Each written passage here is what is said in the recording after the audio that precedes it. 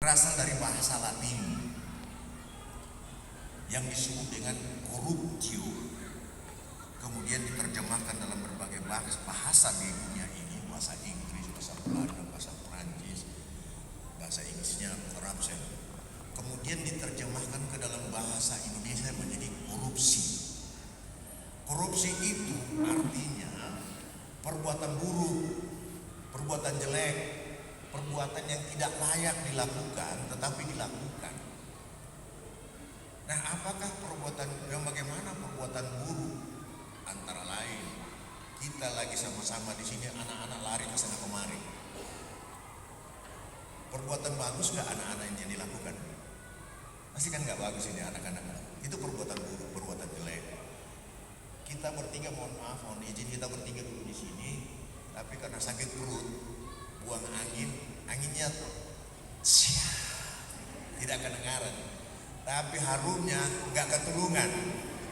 Nah, ini juga perbuatan busuk, perbuatan tidak baik, perbuatan jelek, perbuatan yang tidak layak dilakukan, tidak etis untuk dilakukan, melanggar etika dan sebagainya. Tetapi apakah itu dihukum? Tidak. Anak-anak yang lari-lari ke sana kemari nggak dihukum itu. Kita yang 3 orang di sini kentut, tidak tahu siapa yang kentut, busuknya nggak ketulungan, apakah dipenjara? Dipenjara nggak? Tidak dipenjara kan? Dan masih banyak lagi perbuatan busuk, perbuatan jelek, perbuatan yang tidak layak dilakukan, tapi tidak dipenjara. Itulah yang namanya korupsi. Nah, kapan suatu perbuatan korupsi itu dapat dihukum dan dipenjara? Perbuatan korupsi yang dapat dihukum dan dipenjara ketika dirumuskan perbuatan yang bagaimana yang dapat dihukum dan dipenjara. Kenapa demikian? Karena ada bahasa Toraja mengatakan begini: nullum delictum nulla puna sine privilege lege punale. Artinya, tiada satu perbuatan yang dapat dihukum tanpa diatur terlebih dahulu dalam suatu peraturan perundang-undangan. Kira-kira seperti itu. Nah,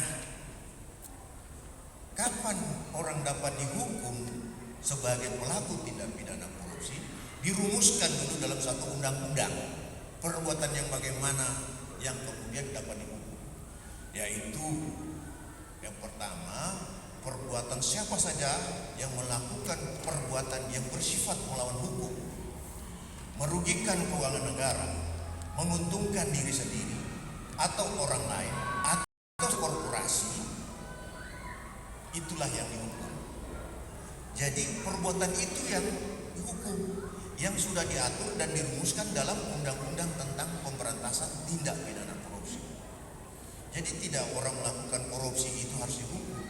Orang yang melakukan tindak pidana korupsi sebagaimana diatur dalam undang-undang tentang tindak pidana korupsi, itulah yang dapat dihukum kalau dia melakukan suatu perbuatan yang tidak sesuai dengan atau yang dilarang dalam undang-undang tentang pemberantasan tindak pidana korupsi.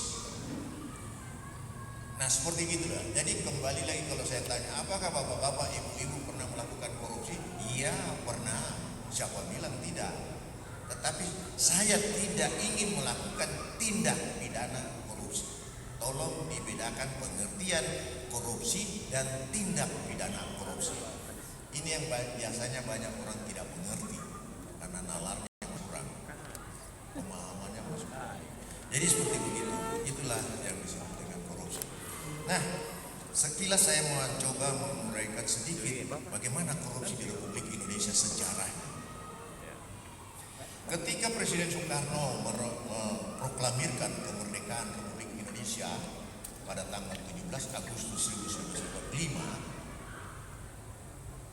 beliau percaya bahwa seluruh pimpinan dan masyarakat di Republik ini, di provinsi, di kabupaten, di kota, itu akan menjalankan tugasnya dengan baik dan benar serta penuh rasa tanggung jawab, terutama tanggung jawab terhadap Tuhan, tanggung jawab pada pribadi, pada keluarga, pada negara, dan terutama pada Tuhan.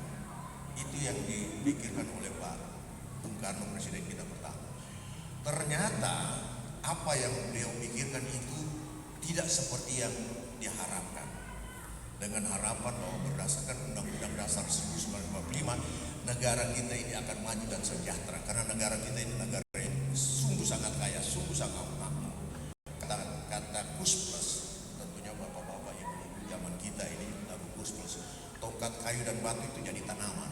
Bisa bapak bayangkan, tongkat kayu dan batu jadi tanaman. Batu itu jadi mahal karena digosok-gosok ini jadi batu, jadi batu cincin. Ya kan, mahal nggak? Mahal kan? Kemudian batu-batu lain, mineral-mineral, batu bara, mahal dan banyak di Republik ini. Dan yang paling mahal di Republik ini dan termasuk dunia yang ada di beberapa daerah di Indonesia, termasuk yang sudah diproduksi dan kita ditipu, itu di Papua. Di Papua itu produk dikatakan tembaga, padahal di situ banyak emas. Dan yang paling mahal adalah uranium, bahan untuk membuat nuklir, bom atom. Itu paling mahal. Tapi paling murah dibeli sama Amerika. Inilah Republik kita. Di Tanah Toraja, setahu sepengetahuan saya, ada juga emas. Ada emas. Tapi bukan emas tanah. Banyak emas di sini, ada emas. Nah,